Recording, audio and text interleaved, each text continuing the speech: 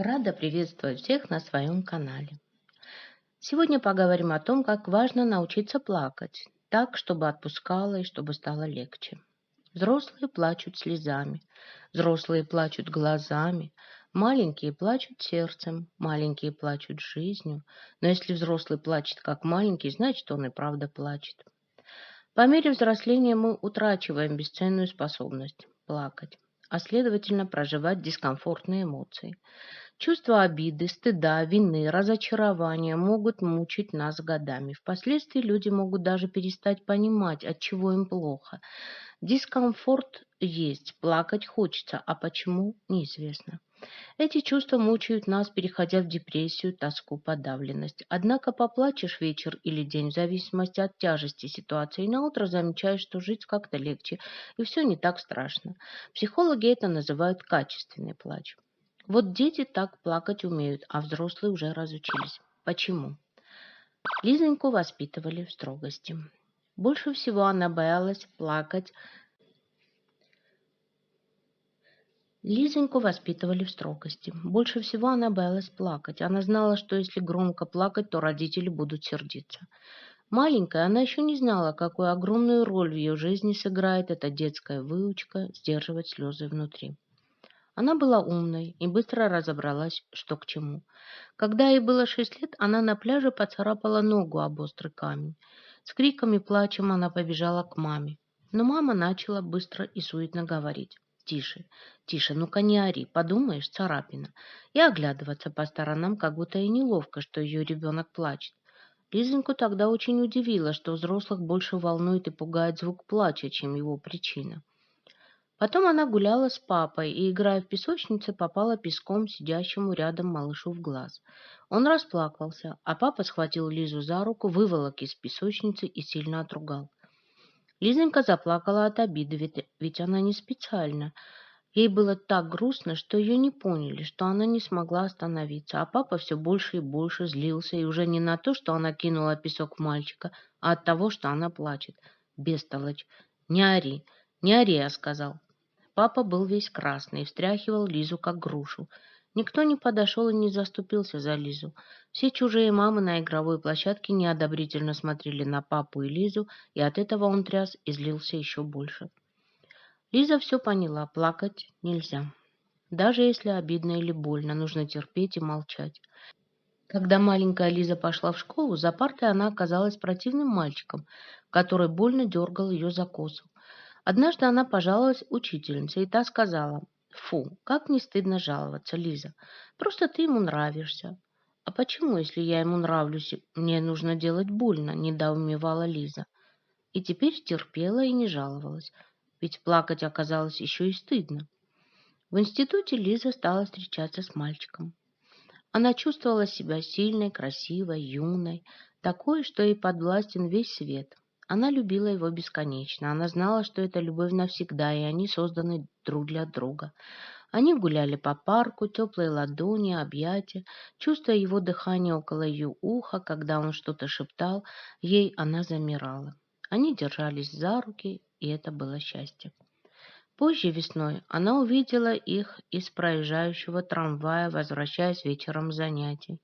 Ее парень и ее лучшая подруга целовались на остановке. Лиза почувствовала, как будто кто-то толкнул ее под дых. У нее сбилось дыхание и захотелось закричать в голос. Но нельзя. Ее наполнила боль, как ртуть залила голову и стала стучать в висках. Только не зареветь. Она не помнила, как доехала до дома, потом все смутно. Постель, мама испуганно смотрит на нее, кладет мокрую тряпку на лоб, забытье, потом человек в белом и фраза «Переутомление, надо отдыхать». Через год умерла мама. Лиза занималась организацией похорон, папа был совсем раздавлен. Лиза не плакала. Мама бы гордилась ей, если только совсем немножко, когда никто не видит. И все эти люди, которые подходили к ней и говорили «держись», и она держалась. Еще через 5 лет она вышла замуж, у нее был хороший брак. Лиза родила 2 детей, ее захватили будни и заботы. После родов она стала сильно поправляться, что ее очень огорчало. Но чем чаще муж говорил ей, что неплохо бы похудеть, тем больше Лиза поправлялась. Она очень расстраивалась из-за этого. Однажды вечером у них в доме собрались гости. Было весело, душевно, вкусно. Лиза наваяла шикарный стол, и все шумно разговаривали. Лиза сидела рядом с мужем во главе стола и ощущала себя глубоко одинокой на этом празднике. Она вдруг поняла, что ничего не чувствует. Ей не весело, не грустно, не радостно. Ей никак.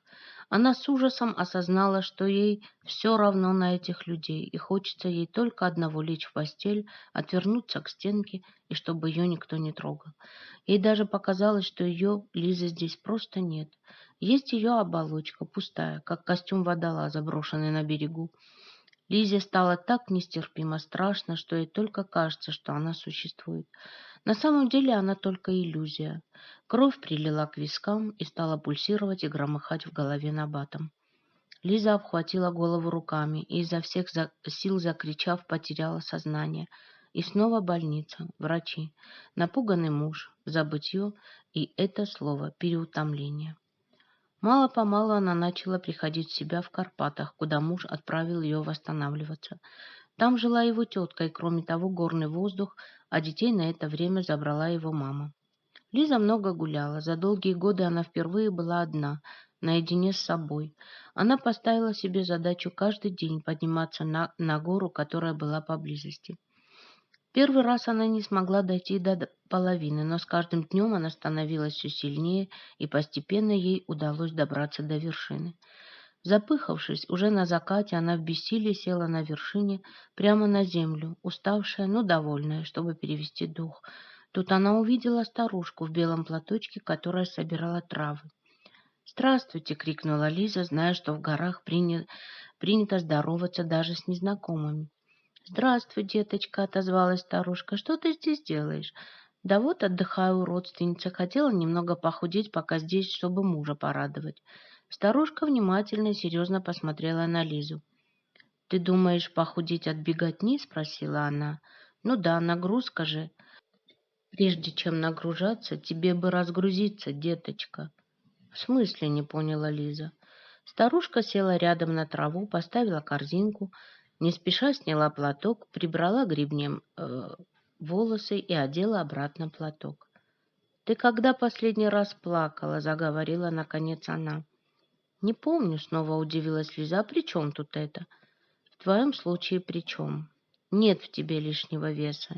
Невыплаканное горе есть, застывший ужас есть, а лишнего веса нет. Тело выстроило защиту, чтобы было не так больно. Вот и весь твой жир. А что же делать? Плакать, деточка, больше никак. Да я не могу плакать, уже много лет не плачу, и не получается. Что я вот так ни с того ни с сего начну плакать? Да и повода у меня нет. Вроде все хорошо, с чего плакать-то? Хорошо, помогу тебе». Старушка села напротив Лизы, ловко скрестив ноги под широкой длинной юбкой, взяла Лизу за руки и неожиданно громким, ритмичным и, как Лизе показалось, противным голосом нараспев начала причитать. «Деточка моя, что ж ты с собой делаешь? Рученьки вон холодные, сердечко сжалось, как птичка, ножки устали, трудишься много, выматываешься, детки болеют, а боль в сердце сидит, как спица, шевельнуться боится, чтобы не уколоться». Не хочет бороться, сильна обида, предали, бросили девочку, не защитили, сердце расщепили. Так она продолжала поток несвязных фраз, которые поначалу удивляли и даже раздражали Лизу, но в какой-то момент ее слова болью отозвались в сердце. Предали, бросили девочку, не защитили, и старушка моментально уловила перемену и стала развивать эту тему. Не обняли, не закрыли маленькую от несправедливой беды. Как же ты с этим живешь столько времени? Как же носишь всю эту боль в себе, деточка?» Лиза почувствовала, что глаза нестерпимо щиплет, но она изо всех сил держалась и не смогла больше. Прорвало то, что держалось годами. Прорвало ее криком, слезами, как будто изнутри вырывался вулкан, и удержать она его уже никто не в силах. А старуха все причитала и причитала. Ее голос звучал в ушах Лизы, а потом исчез, и остался только этот изливающийся изнутри платок. Лиза не знала, сколько прошло времени, сколько она плакала. Когда она пришла в себя и слезы стали высыхать, было уже темно. Она лежала на коленях у старушки и совершенно мокрой рубашки.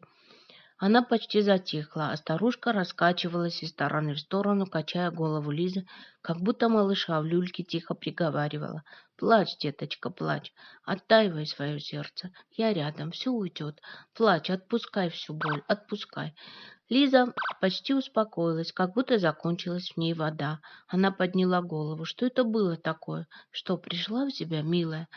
Ладно, вставай, провожу тебя до твоей родственницы, а то, вижу, уже стемнело совсем. Да дорогой растолкую тебе все. Они стали осторожно спускаться с горы по чуть видной тропинке. Старушка меж тем говорила: «Боясь и не позволяя себе плакать, ты заморозила чувство боли. Наверное, много было в твоей жизни моментов, когда было так больно, что не хотелось чувствовать. Вот ты и отказалась чувствовать боль. Но нельзя заморозить одно чувство и оставить другие. Если ты перестаешь чувствовать боль, то ты перестаешь чувствовать все. И радость, и любовь, и грусть. Ты все многообразие своих чувств замораживаешь, а вернуть их тебе назад могут только слезы. Ты думаешь, зря природа дала детям такой прекрасный инструмент. Понимаешь, плакать — это так же важно для выживания и душевного здоровья. Останавливая слезы, ты каждый раз завязывала узелок у себя в душе. У тебя там столько узелков, что не сосчитать. Тебе нужно выплакать их все, развязать каждый и впустить в свое сердце реку всех чувств. Что, прям вот так садиться и плакать? А как же люди вокруг?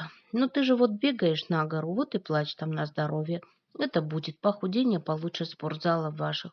Узлы все свои развяжешь, и не на чем будет защите держаться, и незачем. Все само растает. А как я пойму, что уже все, что уже хватит плакать? Так и поймешь, ты перестанешь плакать. Внутренний кран перекрывается, и ты снова сможешь хотеть. Правда? Так просто, деточка. Только люди забыли об этом. Не разрешают себе плакать, считают это слабостью.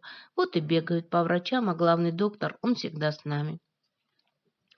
Через месяц регулярных подъемов на гору и искренних и горючих слез по своей жизни Лиза вдруг впервые за многие месяцы, а может и годы, стоя посреди деревенской улицы, вдруг нестерпимо захотела меда. Такое маленькое и несущественное, но это было ее первое искреннее желание.